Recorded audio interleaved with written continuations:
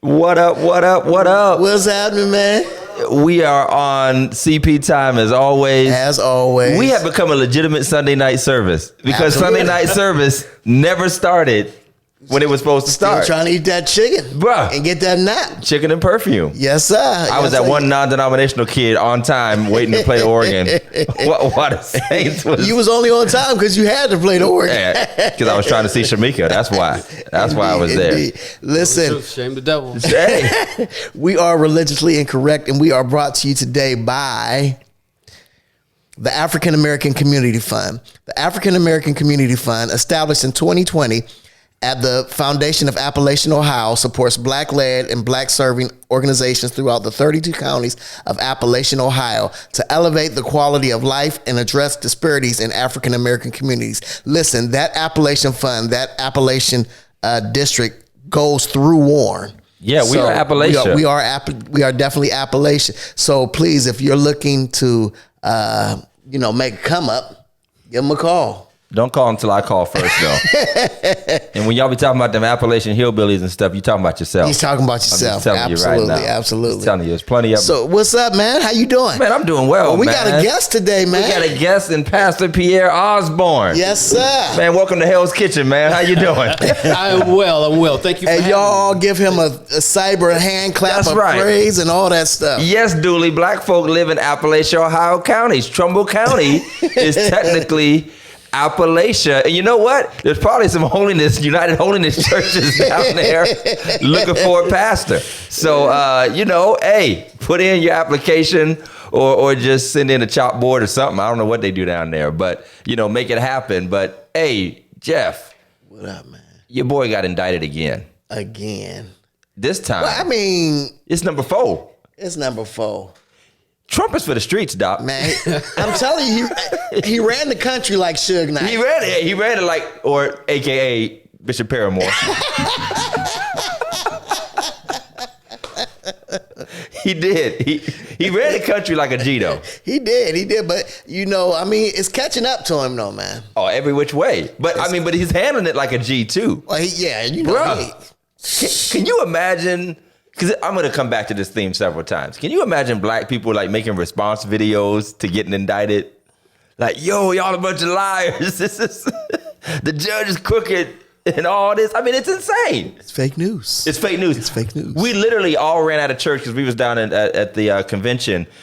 We all were like looking at our phones at the end of service because they didn't announce till like 11 o'clock. Right, we knew it was going to happen. right. Mm-hmm. Man, I ain't never seen black folk more happy to go back to their hotel rooms and watch the news. Only time black folk was more happy was when OJ got loose. OJ. And it was a black woman. Hey, Cass was calling off work. Go ahead. And it was a black woman. Yes, it was. With her good weave in. She ain't no She joke. was ready. She was ready. She was ready to ain't go. no joke. Pierre, what do you think? Are any of these going to stick? Well, he's running for office to stay out of jail. I'm with you. That's the whole reason he's running. Yeah. That's the reason he announced way before anybody else usually announced to run for president. Right. Because he knew the indictment was coming. And he can use it as fuel, either to defend himself right. or elevate the his anger of platform. Oh, yeah. Absolutely. Yeah, Well, he's using it absolutely. to raise money. But all that money is going to his legal fees. Yeah. They said like his fund is going broke because they're spending it faster than he's getting it in.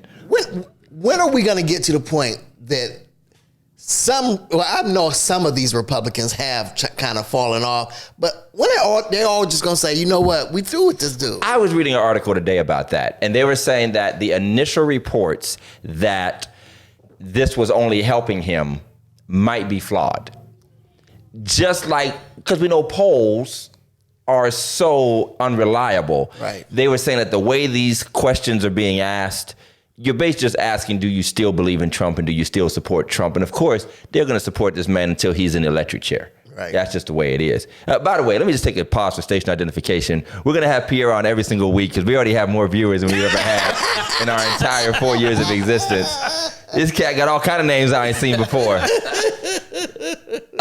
Rita talking about the Montgomery Brawl Tea Party. I love it. I love it. We're going to get to Pastor Pierre in a minute, y'all. Hold on tight. Just give us a moment. But I mean. I got a good PR team. You got good PR. You know what's happening.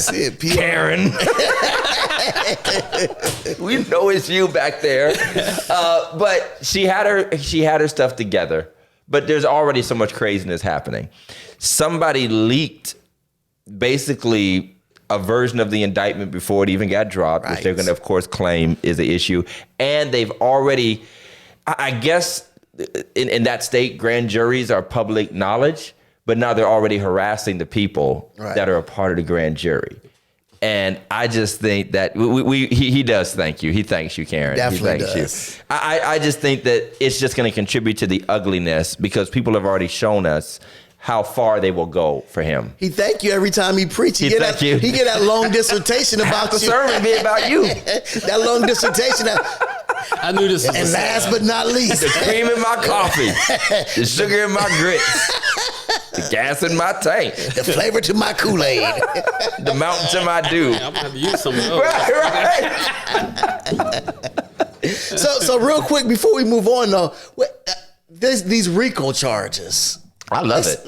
I mean, that literally means he had to have done this before, and it's almost like it's like, what is it? It's a conspiracy. Robbery.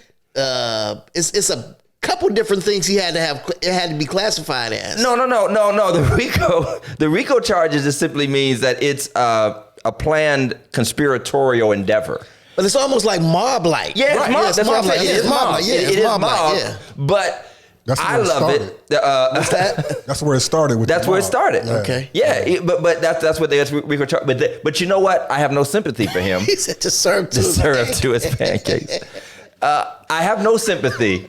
And the people that are going absolutely insane about how can you drop Trump on RICO charges and how unfair it is and how overreach it is. I got a lot of black brothers from around the way that have been caught up on RICO charges for standing next to somebody outside a gas station. Absolutely. And I mean, they take these brothers up and out. You know, this is the same lady that busted all those teachers in Atlanta who cheated on the test scores. Oh, okay. And she got them on RICO. Yep. Wow. She's like, y'all the mob too. So listen, she's on it. Have you ever heard Trump talk? It's like line straight from The Godfather. Oh yeah. Whenever he gives people orders, it's never explicit.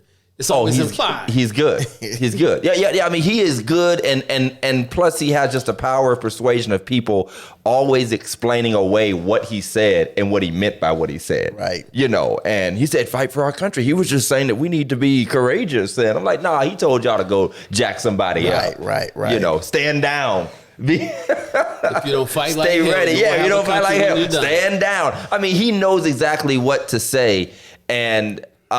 But I believe he said enough explicit stuff right on tape.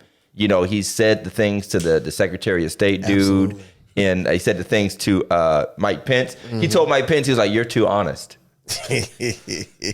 You're too honest." So I mean, bruh is a real gangster. Yo, absolutely. And I can see why a lot of these young black cats idolize him. You know, because he's the tough guy they wish they were. And honestly, that they wish Obama and different ones could be, but we know that they can't be. They can't be that. And it's a sad reality, Obama but it is what it is. was too cool to be He was too cool, man. Yeah. Gangster. Yeah. He Trump had to play it. Got four indictments. 4 indictments. State, and federal. Obama caught grief because he wore a tan suit. Right. Absolutely. Mm-hmm. Right. Make it make sense. Wore his American lapel pin on the wrong side or something. I mean, you know, they would get him for everything. So the terrorist fist bump. Right. Yeah, the terrorist fist bump. So, you know, we're going to follow where this goes, you know, but we have 4 different indictments. And the fact of the matter is, none of them are going to be done before the main part of campaigning begins. Because she did say one foolish thing to me that I heard it, and I don't know anything about the law, legal systems, or nothing. But she was like, I'm going to try all 19 of these people together in 6 months. Yeah. I'm like, listen. You a bad girl. Listen, nah. I mean, no way in the world is that going to happen in this world, especially when you have that kind of legal firepower and each of them doing their own stays and dismissals and filings and all that. That's not going to happen. But it is it is what it is, and it's wild times for our country, man. I mean, we got Trump under indictment after indictment. We got Biden can barely walk, up the stairs, basically. I mean, Biden. It's a mess, man. Poor Biden. Poor Biden. I feel bad for him. I do. I mean, it's like, I can't even name one thing he's done yet. Well, he's done a lot of stuff, but their marketing sucks. Yes, his marketing. Yes. It's Their like you don't marketing even hear stinks, that. man. Only time you hear something about him is when he's, falling down or something. Yeah. You know what I mean? Oh, that White House assisted living facility, man. This cat over at Shepherd of the Valley. We need the girl from Scandal. Right. What was her name? The Fixer. Yeah, the Fixer. Yeah. We need her, but I mean, and I'm impressed with what he's done. Obama killing the fly. I'm impressed. I mean, the infrastructure bills, the things that he's done. But the sad thing is, I think that we are wired, and I'll get off of this with this. We are wired to negativity and have been for a long time. And the crazy thing is, the economy is actually doing exceptionally well considering the circumstances, but nobody feels like it is. Yeah. Right. When they talk Nobody about feels. inflation, yes, there's inflation, but look at inflation worldwide.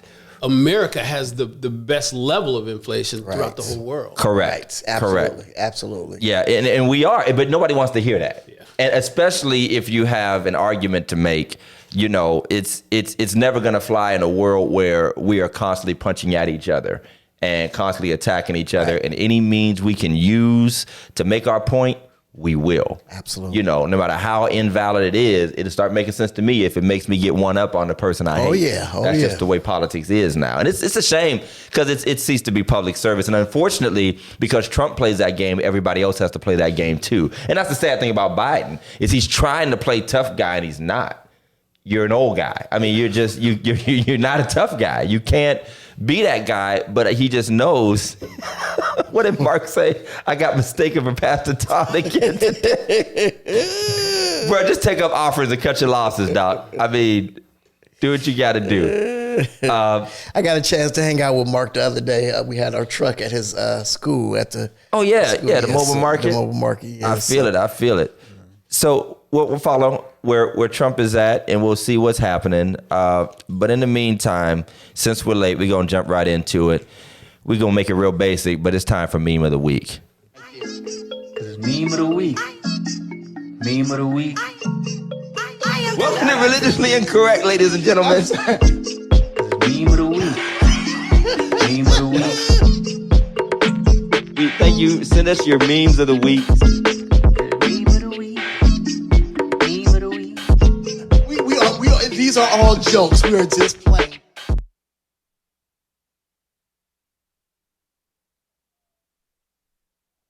And all lately, but this time we want to take it basic. We want to take it back. We want to sort of do meme of the week classic. Okay. It's called meme of the week classic. Classics. And we're gonna take y'all back. As soon as you see it, you already know what you're looking at. Go on ahead and hit that. Woo! The official church bun of the 80s, 90s, and early 2000s. The alto section ain't been the same. That is given. Why should I worry? Why should I fret? Show up. That's like Hezzy 90s, John P. Key 90s, Kirk Franklin and the Family.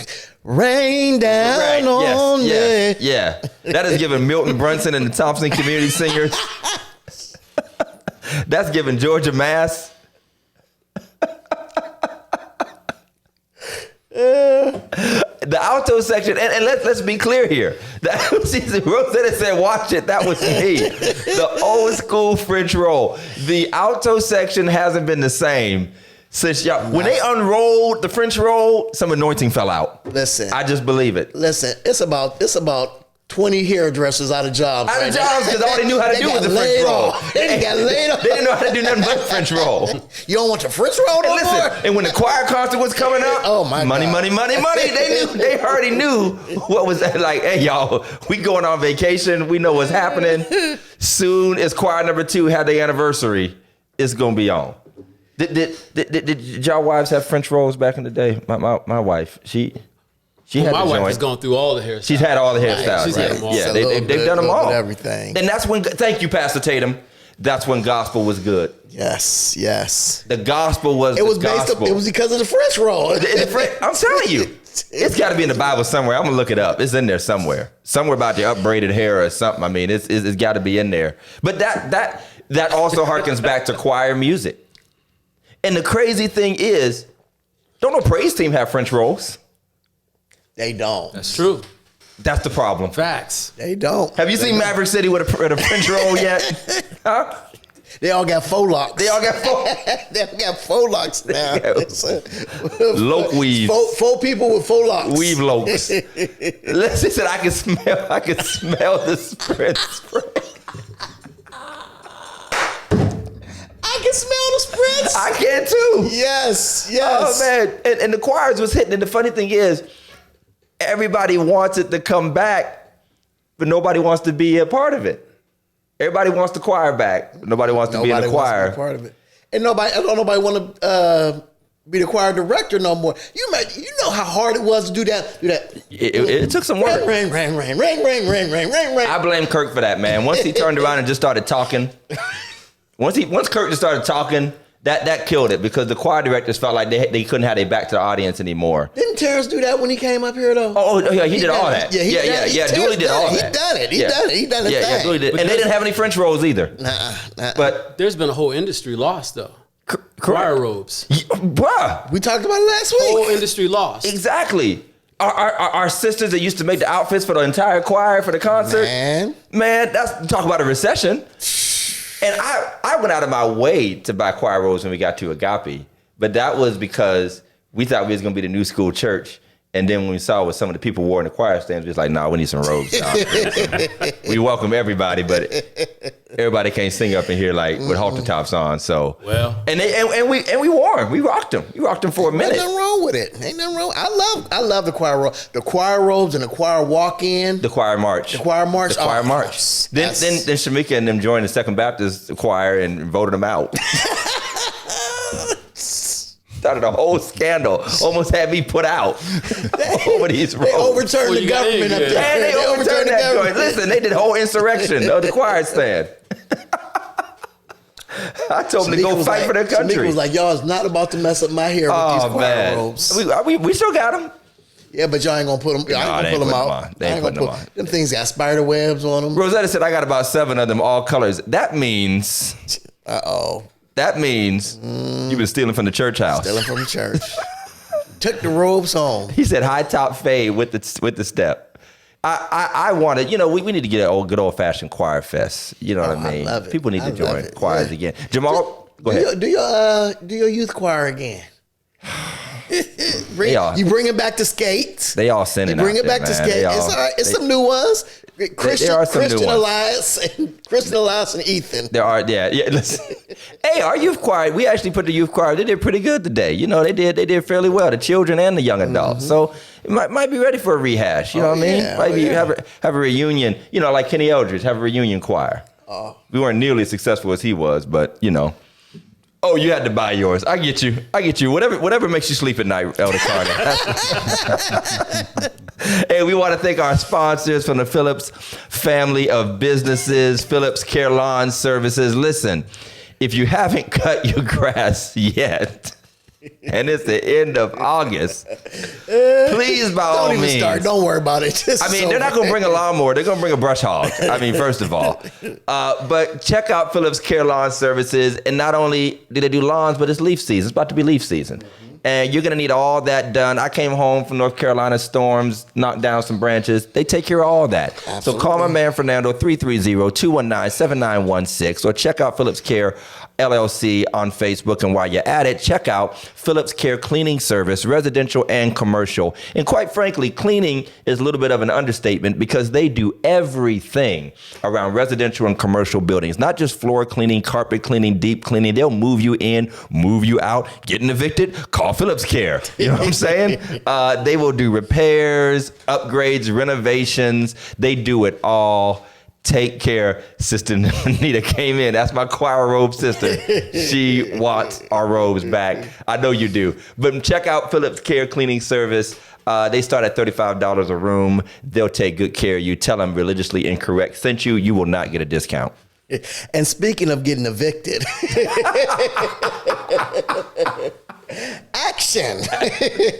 Guided by our faith traditions, shared values, and multicultural collaboration, we strive to develop a community of diverse leaders committed to raising awareness and seeking solutions to overcome poverty, racism, and social justice. Listen, we do everything from helping with evictions. We do environmental justice.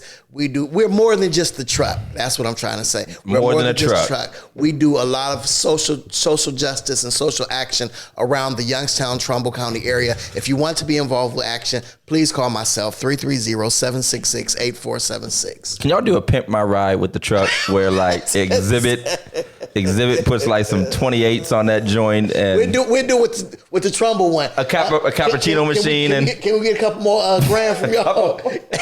Rosetta, Y'all done can tapped we me get a couple out. more grand from them? We'll pimp the ride. Y'all done tapped me out on that joint.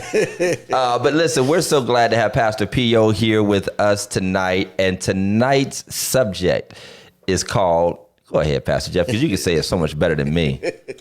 With your Southside Youngstown self. Are you going to do it the Southside Youngstown way? Yeah, without the cussing though. We're going ahead. Never mind. You can't do it. You can't do it, right? Go ahead, man. Go ahead. No, you got it. Well, Pierre done it real good. No, you got it. You done it real good the other day. I'm just trying to find my way here. I can't remember what it is. Put some respect on my name. There it is. Put some respect. Are we done or are we finished? On my name. Listen, put some respect on my Y'all name. know what it is. All three of y'all. All three of y'all. We're putting respect on these names tonight. And what names are we talking about? We are talking about pastor. Yes. We're talking about prophet. We're talking about evangelist, Archdeacon, apostle, high priestess of the choir stand, under shepherd, over shepherd, archdiocese, ultra shepherd. We're talking about it because it has gotten a little out of whack. I remember the first time I heard someone referred to as an archbishop, and I was like, arch over what? What does it mean?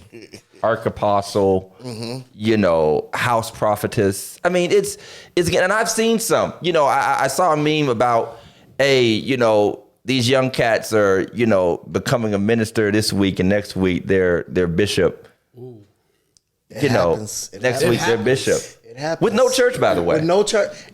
And that's really where because I want to take it somewhere because I don't believe now that people are actually getting to the point where they're saying the title don't mean much. People saying that all everywhere, but they lying. there are some sects of people who that name means more than getting into heaven to them. I believe it. That title means more than they don't care if they got a church with 5 folk. As long as they the pastor of those 5 folk, they good to go. And that's enough. Because all it takes is 5 folk to go online and get you them robes, like the paper versions. Oh. Like the thin ones. You can see right through them. The shower curtain joints. Just put your red stripes. Down. Right, just put your red stripes you found at Hobby Lobby and you ready to go. You done wrote your name on there with magic marker. Listen, the meme says youth pastor today, chief bishop tomorrow, vice Jesus next month. Vice Jesus. Vice Jesus. Vice Jesus. But Pierre, you've been in the church like me about all your life, basically. Do you remember when it started to get like out of control, like out of whack? Yeah, Okay. Because you run into folk that if you don't call them by their title, they're offended, and they let you know that they're offended. But I think that's a big turnoff.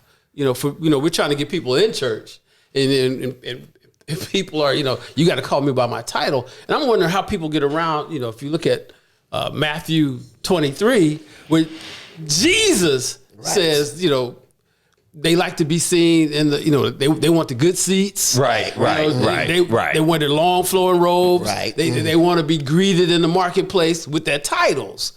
If Jesus was saying, That's you don't a need problem. to be called reverend. Right. why are we doing it?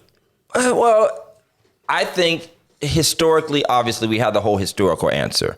And the whole historical answer, particularly in the African-American context, is there are so few positions of respectability that the church provided historically, which, by the way, we're quite far away from at this point, but we're still kind of clinging to it, that because you were a respectable person, if you were called deacon or pastor, and there really was no other place, no local lodge you could be a part of, none of those, stuff outside of being perhaps a Mason or something like that. Like, we had like Masons, fraternities, and church, basically. And quite frankly, that kind of quest for position exists in all of them, to be frank. But in the church, we've really stuck with it. I question clinging to that historicity the same way, because black people have advanced in so many ways that if you are still, and as Jeff said, and we joke about small churches, we're not saying that small churches are insignificant or mean nothing, or you can't have a title if you have a small church, but the fact that you often let the title leapfrog the church itself, right? Sometimes intentionally, or you feel that the title will help you make the church be a more respectable or effective church. It's just disappointing to me because that's not real. But my personal opinion, having grown up from birth as a non-denominational kid and being very aware of kind of the church world, I really do believe that when we started to split away from the traditional mainstream black church denominations, where it was no longer just Baptist, there was AME, and you'd have like maybe Apostolic and Kojic. Those were like your main ones. CME, you want to throw that in there too. When you started really splitting off in large non-denominational movements and having these splits into whole reformations and denominations, I'm not picking on anybody, but there have been a slew of them since the early 90s, including Full Gospel Baptists and others. I think it just created an appetite. And there was a Bishop O.T. Jones. It might still be on YouTube. I was a kid that would watch old preacher videos at work, waste time, of old Kojic convocations. And he made the statement in like 93. And he said, we have a bishop fever. Ooh. And that was the time when they were going from having, and I'm only talking to Church of God in Christ, but I'm sure it exists in many other reformations as well, Baptists included, where we have multiple state organizations now and multiple, multiple national. It used to be one state bishop in a lot of these states. Yep. And then when they would die, it would turn into 3. Then it would turn into 6. And the same thing started happening in Baptist. And so once it got like, you can do it, I can do it too. And so I almost feel like the freedom, and I hate to pick on people, but the people who harped on this whole out with the old, I feel like they just kept recreating the old with slightly different veneer on it, and just kind of splintering and diluting the old. And that was the justification for it. Everybody's claiming to do a new thing, but you're really just replicating the old thing. And then it becomes a competition, because if we are bishops, well, if I want to feel like a better bishop than you, then I got to be archbishop. Well, now you're arch, Yeah, Well, right. let me ask you, because here's where I get confused, is do we give people the credit that they so eagerly want when we, as what I would call legitimate pastors, call those people by what they call themselves? Put it this way, I'll call them by what they want to be called, but I will never call them to my church. Okay, got you. So I will call, you want me to call you bishop at Walmart? You're bishop at Walmart. You will never be bishop on Sunday morning at Second Baptist Church as a guest. I'm not going to get up and affirm that goofiness, but I'm going to call you what you want. Muhammad Ali wanted to be called Muhammad Ali, knock yourself out. I know your mama called you Clay. You want to be, I'm going to call you what you asked me to call you. So at Second Baptist, okay, so if Bishop 3 members just happen to come to your church, and you're not preaching, but just there, and you recognize the visitors, do you say, I want to recognize Bishop 3 members? Or I'll say their names. That's what they want to be called. Okay. I mean, I've learned from my spiritual father, because I kind of, I joke about this all the time. My natural father was a hardliner. My spiritual father, who I do not elevate over my natural father, but he just gives me a different kind of perspective on how to deal with certain social situations. He's given me a softer approach and a more gracious approach that helped me not get beat up in parking lots. And he just calls people, and sometimes he gives more honor to people that frankly clearly don't deserve it. And Pastor Tatum knows what I'm talking about. He gives more, he's our bishop. And we all be like, no, he's not.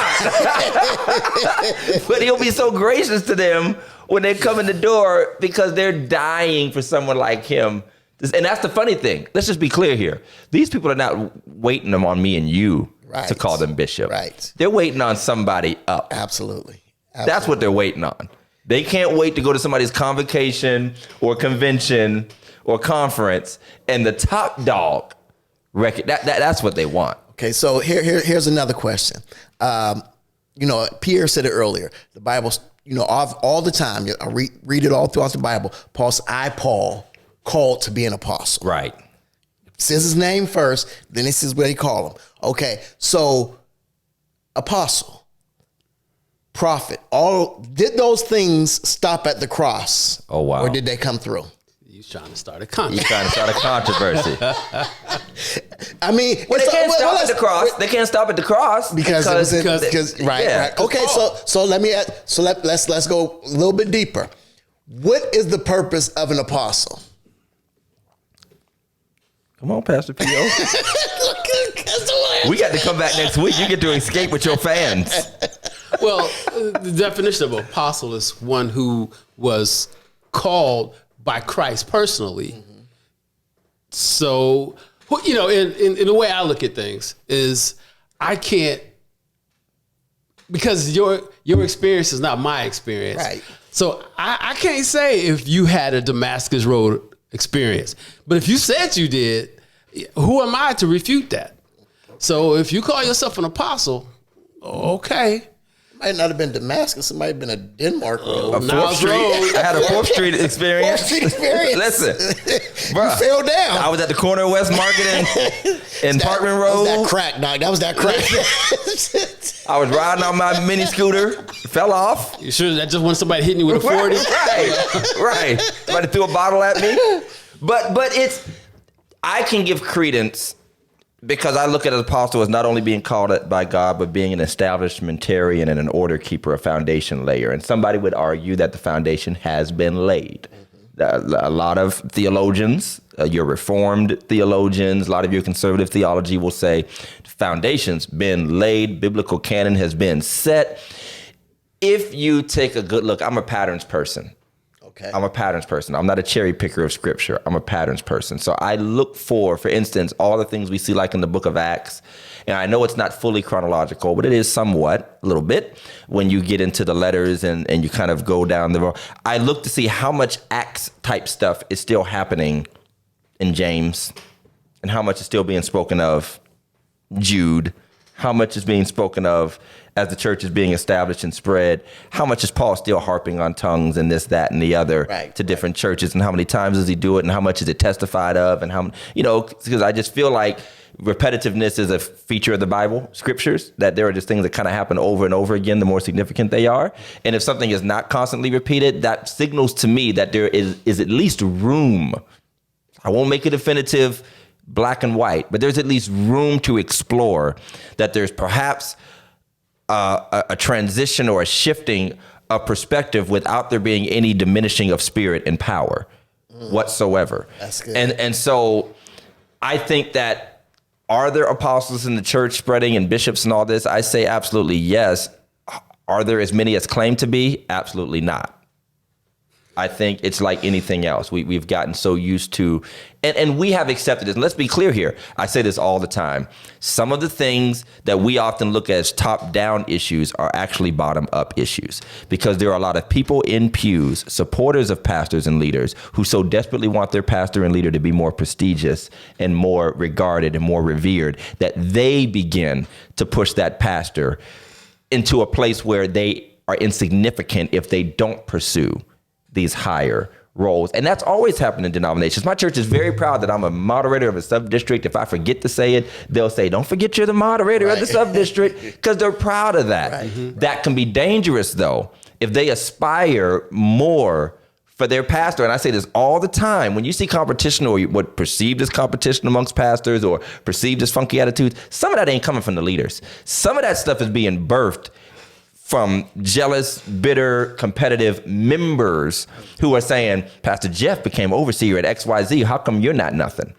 Pastor Todd is out there doing that carnival. How come you didn't do it? Pastor P.O. is doing that marriage thing with his wife. How come you don't? And like, it's like that. And that man, usually or woman, begins to feel like, all right, if I'm going to keep these people on my side, I need to be something. Because quite frankly, not only are the leaders title chasers, but so are the people. Yes. Absolutely.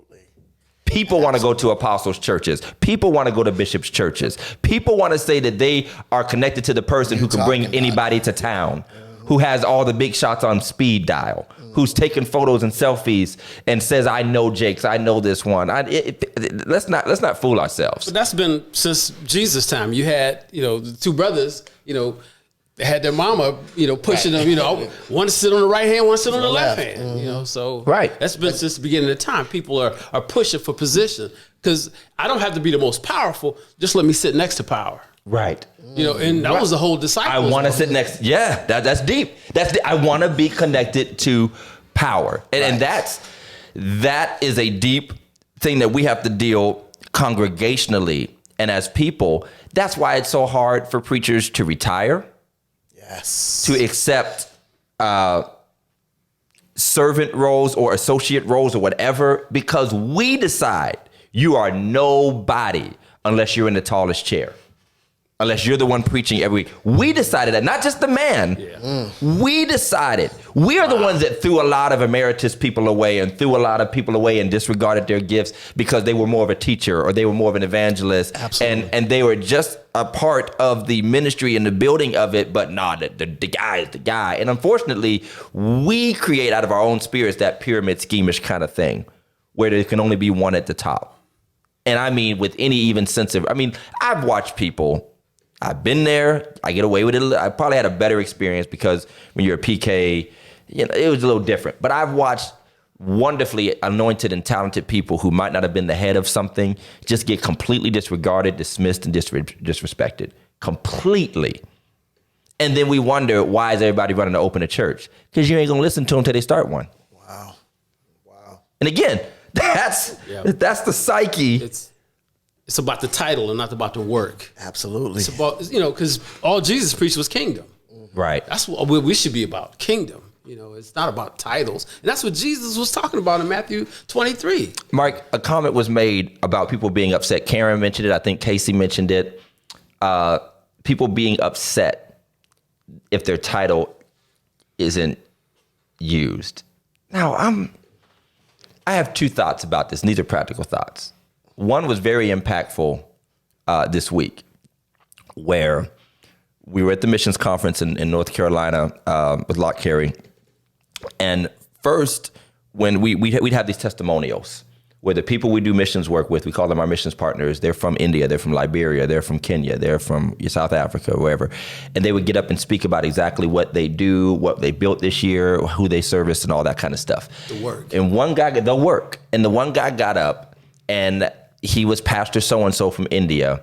And I just happened to not be at the service at that moment. But as soon as I walked in, somebody tapped me and said, because they knew I was one of the ones that would pull out my phone, take a picture and say, Pastor so-and-so said that they're doing XYZ in India. And they said, do not put his name online. Do not take a picture because his life is in danger by manner of his work and title. Wow. And then one of our brothers who goes to visit one of our officers, if you would, of the convention, who goes to visit, he said, when I go to India right now because of the crackdown on Christianity, I can't put Reverend on my name. I would be detained and or banned or imprisoned just by putting, so I have to go as Mr. Because if I were to put, so for all of you who are what I've said all that to say was, the reason we can use these titles is because the comforts and the freedoms we happen to have where we live. Right. While right now there are brothers and sisters who will die because they have that title and they're doing the work. We're doing ourselves a disservice, I think, by putting in the psyche that it's such a manner of prestige, when the early church clearly shows us that it's actually a title of danger. To even say Jesus is Lord was like considered rebellion against the empire. Right. And the second thing I want to say, which is more practical and silly, is that folk outside the church don't know what the heck we talking about anyway. And you over here at Kohl's talking about You signing your checks. apostle. Right. Got it all on your car. Exactly. Vanity plates. And our white brothers and sisters who come from other traditions, they're like, oh, there's only one Catholic bishop in like 3 states or whatever. You know what I mean? Right. And there's like, well, to y'all, there's like 5 in one church. Like, how is... And they don't get it. And I don't think we understand sometimes how silly, and I'm not saying that you are silly because you have a title, but the insistence on using titles in spaces where it doesn't make sense. Like hot dog shop. But it goes back to the history, our history of where we come from. Right. You know, I was reading W.E.B. Du Bois' book, and he talked about in his book, The Souls of Black Folk? Souls of Black Folk, thank you, where as soon as a brother got a degree, he became a minister. Mm-hmm. He became a minister. Yep. Right. You know, and it was, you asked the question earlier, you know, when did we start getting all these titles? I put it on the, you know, the early 2000s. Okay. You know? Okay. Because that's when I was reading the book. Right. And I was like, wow, that's what's still happening. As soon as brother get a degree, oh, I'm a minister now. Absolutely. You know? Absolutely. So let me ask y'all this. If we look at all these different, you know, let's just say what they call it, the fivefold ministry. Mm-hmm. Do we feel, or do you guys feel, and particularly in our churches, are there people who are acting outside of their gift or are not called, let's say, are there people who are pastors that should be evangelists? All day, man. Are there people who are teachers that should, you know what I mean? There are pastors that should be ushers.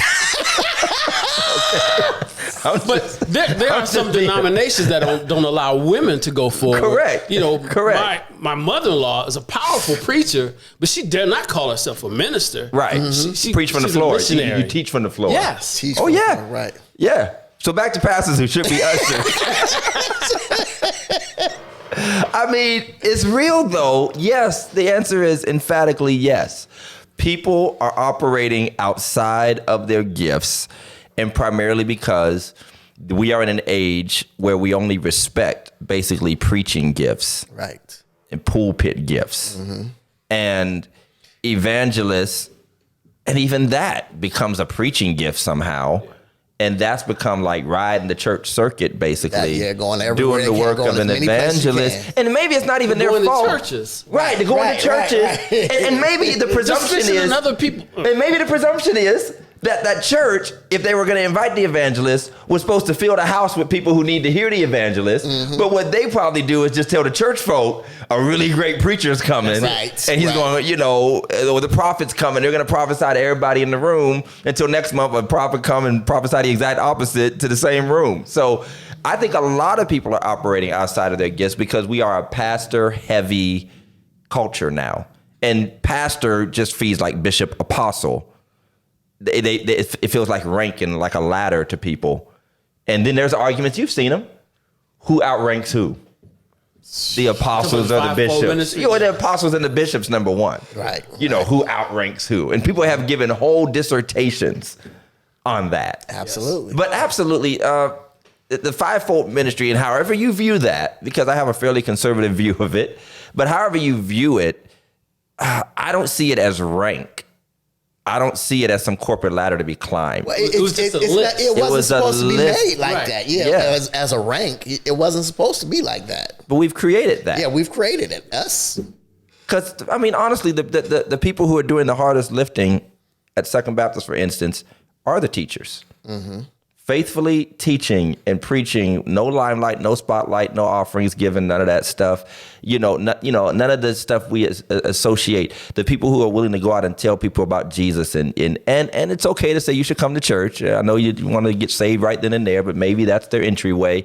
But it's sad that we diminish those things because you're not a pastor, you know. And there are so many people operating outside because we have not built up the full confidence. And to what Pastor Pierre just said, we're expecting all of this to occur. When we say church, we think building. Right. Right. Right. And all this can't happen every Sunday in a building within a 2-hour or whatever, a 90-minute time span. It's impossible. All right, we got evangelism time. All right, we got prophecy time. All right, we got teaching. Okay, we got yes, that's ridiculous. And so we definitely have hamstrung the church. And I've been in churches where they've tried to establish a fivefold ministry, and it always comes down to rank. It always comes down to who's going to be the most powerful. Who the top dog? Somebody has to make a decision at some point or another. Yeah. I don't think it'll. I maybe I'm wrong, but I don't think it'll ever happen. I don't think it'll ever happen where there's this fivefold ministry where we all hold the same weight, we all hold the same rank. Somebody at some point gonna get the blame. Somebody at some point gonna get the praise. Well, Pastor P.O., tell me, you came up and coming up in the church, did you start as a minister or a deacon, or what did you first start at? I was a children's church deacon, trustee, associate, youth pastor, associate pastor. So tell us, what would you consider your lowest regarded role according to how people would respond to you versus your highest regarded role? Children's church. That was like nothing. That was the most gratifying, and I think the most powerful, most impactful. But I'm asking, how was it regarded? Well, when yes. people would show respect or whatever. That was the least. That was okay. Yeah. And how do you unpack that when you look at your journey into these different roles and perhaps by being associate pastor, you see the difference. How do you process that, or how do you respond to that? I'm not knowing that you're sort of growing in prestige, if you would, the way people view you. But see, that always bothered me. Okay. Especially because I go back to Matthew 23. Don't call no man reverend. And then, somebody, Reverend Osborne. Mm-hmm. Ooh, it just hits me wrong, I understand it. You have to be able to identify people, but I think you should be doing something before they put a title on it. Absolutely. But we got things in the church that we don't have titles on. I think, we probably need to maybe find some title for, like the lady that put the sheets over people. The altar worker. What do we call it? She's an altar worker. I mean, Sheet there's lady. some stuff that we got in the church that, The sheet priestess. Just go. Or the professional funeral goers, They exist. The professional funeral singers. We need a title for them, The professional funeral, they're like professional mourners, though. That's that's almost like ancient Near Eastern. Yes. They just come out with sackcloth and ashes and be ready. I've done a lot of funerals, and there's some folk that at every funeral. Ain't nowhere in the world you know all these people. Well, I know of one particular person who would say that they would check and find out who's preaching the eulogy, and if they like where the church is going to be at, they'll go. Okay. Because that's entertainment. It's another opportunity to just go to church for them. Yeah. Which we've talked about, the over expectations of funerals. Absolutely. Everybody expects funerals to be a church service now. Mm-hmm. So you can't even be a eulogist anymore. You got to be an evangelist and a preacher because they want you to hoop. You gotta hoop. And carry on. Absolutely. And you're right. So I'm glad you mentioned that, Pastor Pierre, because that's a running joke in all churches, and that's definitely equalizer, black and white, that people just totally disrespect the youth pastor or the children's church minister. And half the time they just started calling it that. Yes. Yeah. You know what I mean? They just started calling it children's pastor, youth pastor. It used to just be, you just in there with them kids. You working with the kids. But I think they had to start calling it that because of the low prestige that it was given. Because get nobody to get back there. you couldn't get at these bigger churches, it's just hard to get people. But you say, okay, I'm gonna give you this pastor title. Now everybody wants a position. Well, you know how bad them kids is? I don't want to go back there either. You know how bad them kids can be? They're my kids. I wouldn't want to be the children's church pastor of my kids either. Scott, I think you got some black in you. He said, I'm here to mourn and eat chicken. You're invited to the cookout on Labor Day, Scott. Because he knows that's what's going to happen. But yeah, I mean, and so let's flip the script. What do you do when someone is clearly, what's up, Pastor Ben? what do you do when someone is clearly disrespecting your name? Or disrespecting the roles and the titles? Perhaps they are unbelievers who make a mockery. Perhaps there are people, and we talk about it a lot, black church people especially, and our white brothers, but we've gotten so casual and comfortable, including podcasts like Religiously Incorrect, that it's almost like a running joke. Yeah. You know, anybody will put toilet paper around their neck and just do a video and say something silly. Like, how do you feel when people are clearly mocking? This isn't just, oh, that was kind of a sweet, funny moment in church. They're clearly mocking the ministry. How do you feel when you see that and witness that? To me, it depends on the motivation, why they were doing it. You know, because some of the stuff we do in church should be mocked. It's funny. Church is funny. It deserves mockery. I mean, because some of the stuff that we do in church have nothing to do with Jesus Christ. It has nothing to do with kingdom work. Call it out. You know, so Call it out. Some of it should be mocked. You Like? know, I mock it. Like what? See, Come on, no, you came on this show. You know what you signed up for. Just go ahead and say when Pastor walks on pews. And or like I like when people walk down and they throw money on the altar. You know, the only other place I've seen them do that is at the strip club. Listen, right. And Pierre says it out of it. He said, I saw them do that. Make it rain. He said, I saw them. He said, gotcha. No, I'm joking.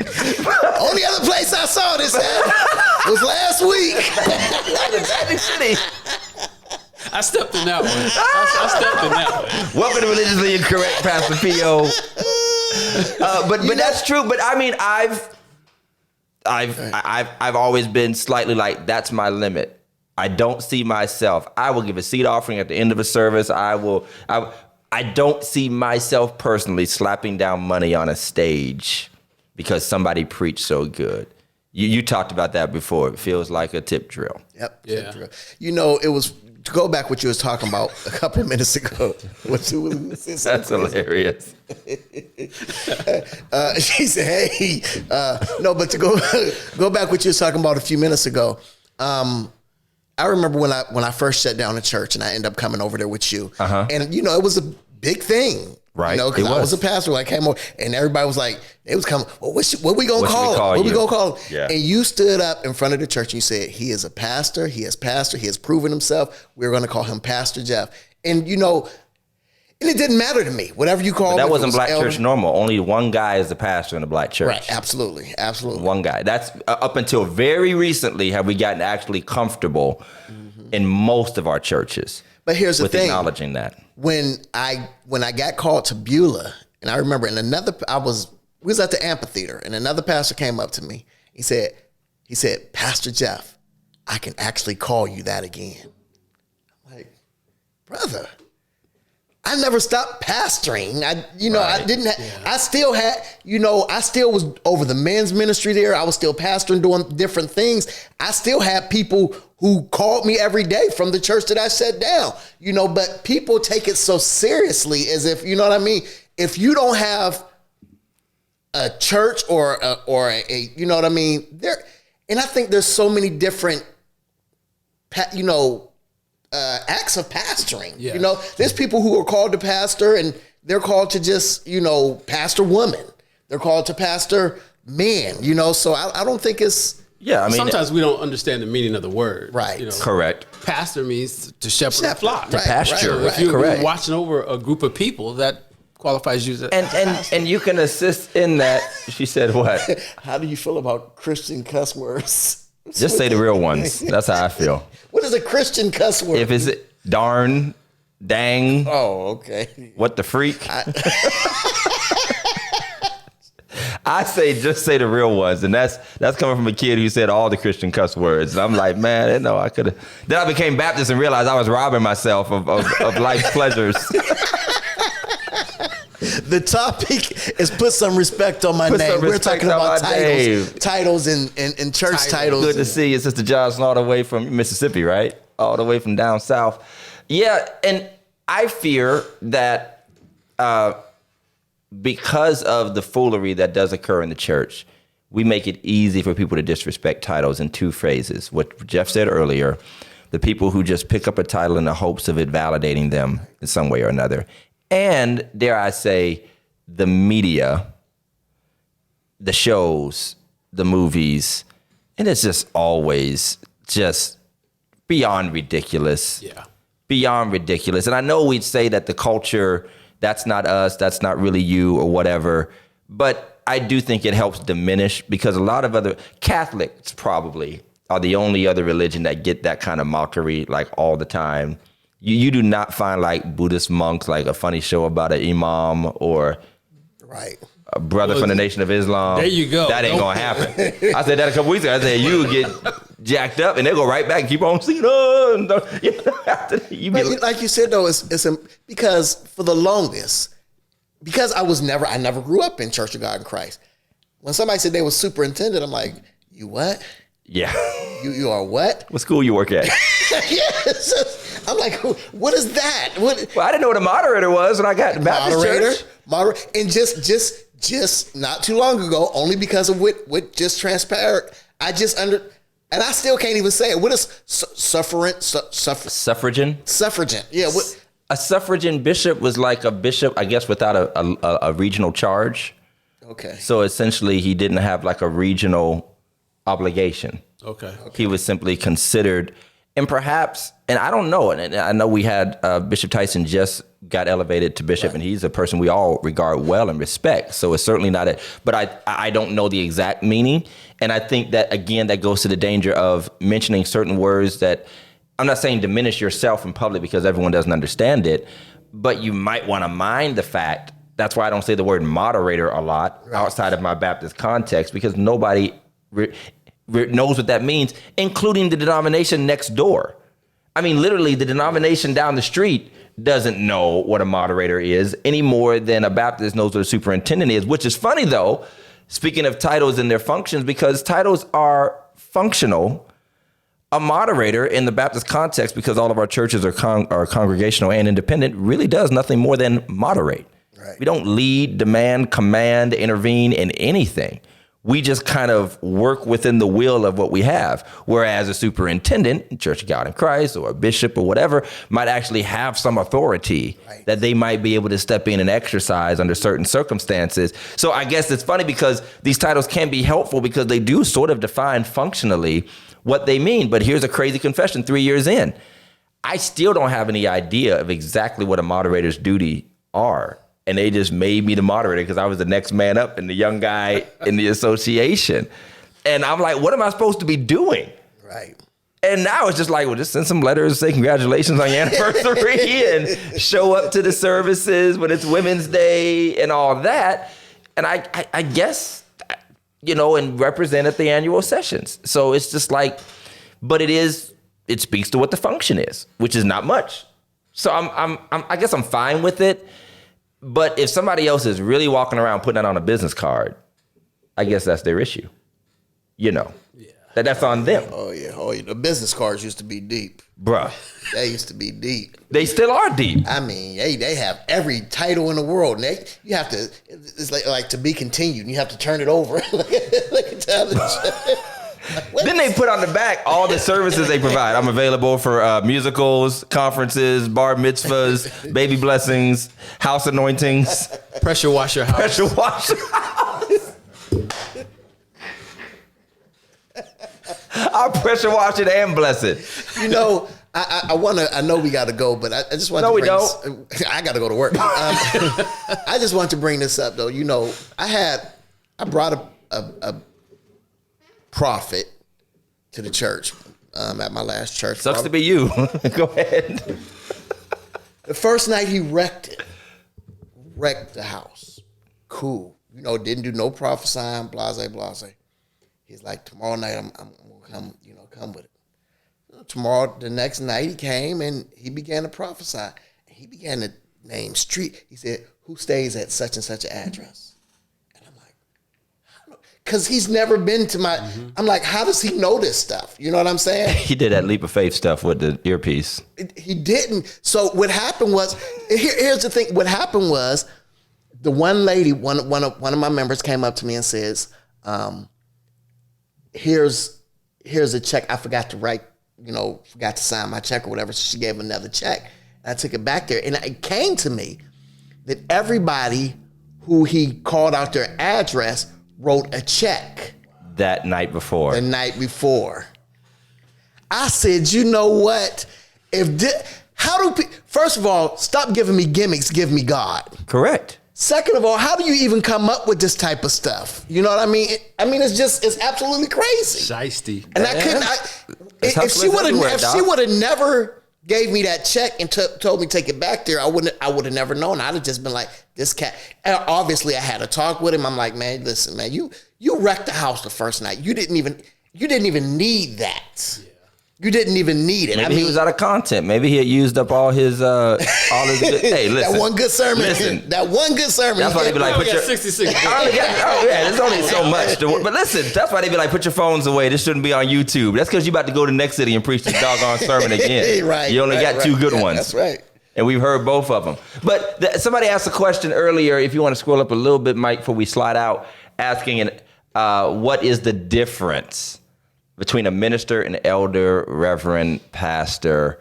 I think it's contextual in a lot of ways, depending on the denomination, the Reformation. They sort of ascribe different qualifications and thoughts. I've always looked at minister as being a more general title, like when, maybe it's sort of undefined. To me, a minister is like you go to college for general studies and you don't have like a major yet, Usually a minister is not ordained. Yeah, they're not ordained. Usually a minister, you got a call and they, you doing the work. Yeah, you are if you're doing the you're work. one step above pew. You're one step above you're pew. one step above pew member. But why put the title on it if you're not doing the work? I mean, I got what you're saying, but we've all been a part of churches or seen churches where seats were full of people. And I almost here's one thing I don't want to do with no disrespect to anyone. I never want to be one of them cats to just be like, yeah, I got 40 ministers on my staff. I mean, it's great, but I better come see a very, very, very vibrant and effective church if you're going to claim that. Absolutely. Not just a bunch of people playing round robin at Bible study or whatever. Getting the good seats like they talk about in Matthew 20. Right. And so quick. Absolutely. And by the way, so quick to jump on these sites and go buy a collar and go buy this and buy that. It's just like, I'm not saying you shouldn't wear a collar, you shouldn't wear, but sometimes you can sort of tell that this has been a desire for a long time. Yeah. And Well, the you can desire tell. has more to do with the attire. Right. And not even only the attire, because some of these people going to get these 3-month degrees or these degrees online. And Online calling ordination. So let's talk about the title doctor then. Right. Well, let's talk about the title doctor. Let's talk about the title doctor. Because one thing I have heard since I've been Baptist is these brothers will let you know this is an earned doctorate. They will let you know. And I was raised a little bit adverse to the degrees. My pops would always preach, about all the degrees. No, I have a different perspective. I do think you do need some learning and some training, whether it's formal or what have you. But I don't despise those that have put in the work because they're a part of the infrastructure of what we call the church to help, to moderate. But those cats would be real. They have 3 earned doctorates because some of these basically diploma mills. Right. That is an industry in and of itself. You can pay to get it. You can pay to get it, or just basically take glorified Sunday school courses. Yep. Yeah. Yep. And if I ask some people who call themselves doctors, oh, straight, well, cool. What was your work on? What was your dissertation on? Huh? Right. Yeah. And here's the truth of the matter. I've seen people with earned degrees who couldn't preach their way out of a paper bag. Right. Yeah. It's just a reality. I think there ought to be some type of anointing first. Absolutely. And then, that degree ought to assist because it doesn't it's cool. It's beautiful. I'm glad you got a degree. Well, maybe the doctorate doesn't mean that you should be a preacher. Maybe it means you should go be a professor. Maybe you got the doctorate, you studied theology, and you just need to sit in the room and teach students about how to study Greek and Hebrew. Right. Because at the end of the day, if you don't have any homiletical actual, and I'm not saying style, or you got to be stylish, but you got to have something to engage and relate to the people you're ministering to and not just be a person of facts and figures and whatever, which we get real good at. And the meaning and the word of, all right, that's great. I'm dying here, by the way. I'm about to go off myself. I need something that's not Greek, you know. Right. So, I feel it. And again, that feeds, I got this degree, no matter how I got it, I think I should be something bigger and better in the church. And they pursue it.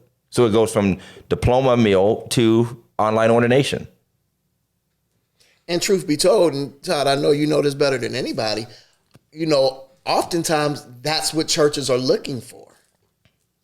They're looking, send your resume. If it don't got doctor on it, minimum MDiv, minimum. You might as well not even say. And as Bishop Paramore said once, and the people asking for these qualifications haven't been to a Bible study in 10 years. So some board somewhere talking about we're the pulpit committee. Negro, you ain't allowed near a pulpit. How are you the one deciding who deserves to be in it? Yes, sir. That's insane. Mm-hmm. You know, but that's kind of where we are. Scott said there's 3 basic motivations. You're right. Power, money, and ooh. Are those lips? I'm sure it is. Ooh. Because I'm sure the bishops get some play. Alrighty then. Oh yeah. Power. Oh yeah. Based off the name. I'm telling y'all, the attractional allure of titles, I think, cannot be overlooked. Oh my God. The attractional allure of the power and that comes with the titles, and they like to play on it. And I've talked about it before, the weird undercurrent of sexualization of the church and of the ministry and of the hero worship. I've said it before and I stand on it. Some people do not really respect some of these well-known ministers. They have crushes on them. They're crushing on them. Because once you get that look, I mean, you're a fashion diva at this point. You're under bright lights. You're on the best Instagram, TikTok videos. The right angles are always showing you. You getting out your car with a muscle shirt on, talking about you going into church like Eddie Long. Man, they ain't listening to the words you saying. Right. They listen to a word you saying. But that's true. Sister Karen said my father was given an honorary doctorate degree from 2 colleges because of his recognized work in the community. Again, recognized work. Yeah. Absolutely. It's about to work. But did he run around and for the rest of his life? And maybe you can answer this, Karen, to Pierre. You never heard him say. That's what I'm saying. You never heard him talk about. That's what I'm saying. You never asked anybody to call him doctor. That's what I'm saying. So I think that's the difference. Yeah. Is if you treat it well. So to wrap up, how do we regulate, Pastor Pierre, between disrespect, between overemphasis? You talked about doing the work and being about the work, but we know titles are with us. They're not going nowhere. Yeah. You know, when we leave out of here, you better call me pastor. That's all I'm saying. So how do we find what you think is a suitable middle ground? When you see a tool, you call that tool the name by the work it does. So if it's not doing the work, you're misnaming it. You know, we should be calling it for what it is. You know, so if it's doing the work, you put the name on it. So, you know, put the respect on my name. If you see me doing the work, right. If I'm doing the work. Here's the problem, Pierre, and let's just be honest. There have been times where I didn't have a hammer and I used a screwdriver because I needed some tool to get that nail in. See, and that's the problem. That's the problem. We have people who are not hammers in their screwdrivers, and they're just being used because they need somebody to fill that slot. And that's called abuse. Wow. Whenever you use a tool for something that is not intended for, whenever you use a person for something that they were not intended for, that's abuse. Wow. And I can speak to a one-time emergency situation operating out of your normal function. Right. But when you have been locked into something, as Pastor Pierre says, labeled as something, just because you use a screwdriver like a hammer one time doesn't mean you start calling it a hammer. You say, I had to use the butter knife to unscrew that because I didn't have a screwdriver. I don't go back and later and say, hey, baby, pass me the screwdriver so that I can get my butter. You don't say that later on. You say, pass me the butter knife. So I think that's what you just said about it is abuse. And it's not just abuse of the person. It's also abuse of the title that leads people to further misrepresent and mislabel because Just it's been you sit in the normalized. garage, that don't make you a car. That's right. No. And I think that's what happens. We've normalized people outside of their gifts and more by charisma. Yep. And some people just, I think, give a title, start a church, whatever. It might not be starting a church, but just a title. And if they can just get it to stick with enough people, that's enough. If they can get kind of past the laughing stage, how did that happen? Who, and they can get a few people to validate. That's, I think, how kind of like monsters are created and precedents are set. Absolutely. So I mean, I think it's been great. Pastor Pierre, you hang pretty good up here. I mean, we caught you on the strip club thing, but I mean, now I gotta go home and now you gotta go home, grab some flowers on the way. You know what I'm saying? Hey, you was evangelizing. You was I was ministering to the get the people. word? How can they hear? Let's a preacher be sent. My Come on, God. man. I'm just saying. Well, I love it. Kia said overexposure and not enough cultivation because you need someone, to fill a position. And again, churches are guilty of calling people out of their lane. Yes. And again, I can get 10 people to, hey, we're going to go pass out some flyers, but that doesn't make them an evangelist. It's a difference between evangelist and evangelism. Correct. Yes. You sending them heaven and hell tracks out with the flames on them. And I know this goes into a whole nother conversation. We might bring you back for it. And sometimes that's why some of these churches just need to shut down and had a pastor come over there and be I'm gonna stop. Brother, get back on the drums where you belong. Like I said, it's about the work. If you can do the work, you should be in the community. But if all you doing is having church to keep the lights on, right? What are we doing? What are we doing? Hey, we could talk about what they're doing. Part 2 of Pastor P.O. Who haven't we offended yet? What is Scott doing? Scott must be dating a black woman or something, man. He's talked about chicken, the Players Club. Scott is dating a black woman with a French roll. That's the only way. It's the only way you would know all of this. Oh, he gave me my out. Okay, yeah, that's what it was. That's where you saw that. Good looking out, Scott. That's where you saw that. Scott knows about the marriage issues. He knows you got to go home. Listen, y'all, we appreciate Pastor Pierre Osborne being on with us. Give it up with them fun. hand Thank claps, you for hearts, likes, whatever. Big Mike, we haven't heard from you all night long. You want to say something to the peoples? Yeah, real quick. First, I want to thank our guests for coming on. Appreciate you taking the time. Next week, I think we're talking about education, aren't we? Yeah, we are talking about pastoral education. Yeah. That's it. I think that's what we're talking about next week. I'm going to try to get the Reverend Dr. Angel De La Cruz to come on. Bring De La Cruz up here. Bring him. Yes. I think he would be real First good Lady, for that tell topic. him to make an appointment. I'm going to text him tonight and see if he can have something ready for next week. If not next week, hopefully the next week after we can get him on. Absolutely. Well, we know that Pastor Pierre is doing the work. Pastor Jeff, I appreciate the work that you do. And let's be clear, there's a lot of ministers, wonderful women and men of God that are doing incredible work. And, life is life in and out the church. Yes. There's pretenders in the streets. There's people. Yep. And sometimes I don't even look at it as pretending. We just have a world where people seek validation and want to fit somewhere, and very well meaning, very well intentioned, but perhaps just a little out of space, out of place. And so I just pray that everybody finds the place that they need to be at. Scott, you're the worst. Scott, you are the worst. 821 sharp. You are the worst. I almost called Scott the N-word. But we love Pastor Pierre. Hey, y'all, everybody that came with Pastor P.O., y'all come back. So we don't have to say, y'all come in from outside. Rich around here. Me and Pastor Jeff have a running joke when we had to go to a certain church.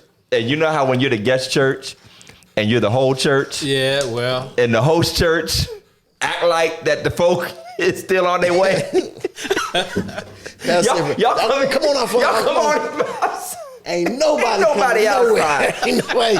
So Pastor P.O. gave us a good congregation tonight. Lord, the offering going to be good tonight. Bless the Lord. Bless the Lord. So y'all make sure you like. Oh, you know what? We're going to get the Osbornes on. We go get. Block her. Block.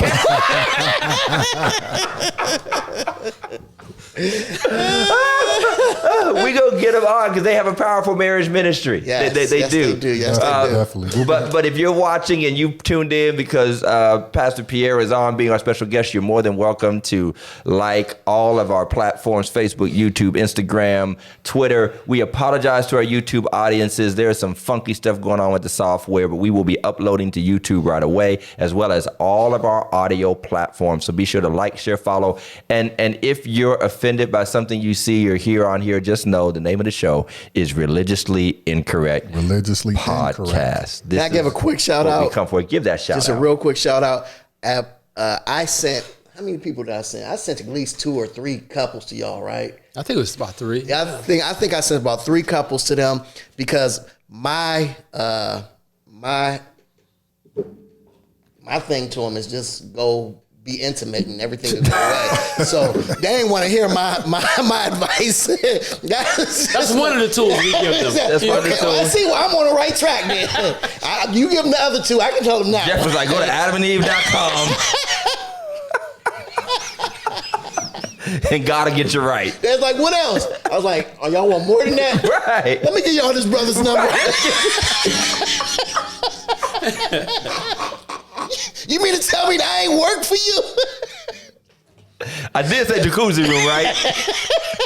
You did hear me when I said jacuzzi room, right? Oh my God.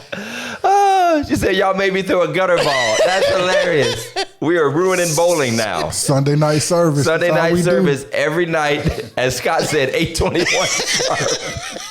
Hey, y'all, we out. Thank you, Pastor P.O. We Thank you for appreciate having you, me, man. Doc. We love y'all. Yes, Take sir. care and have a great, great night.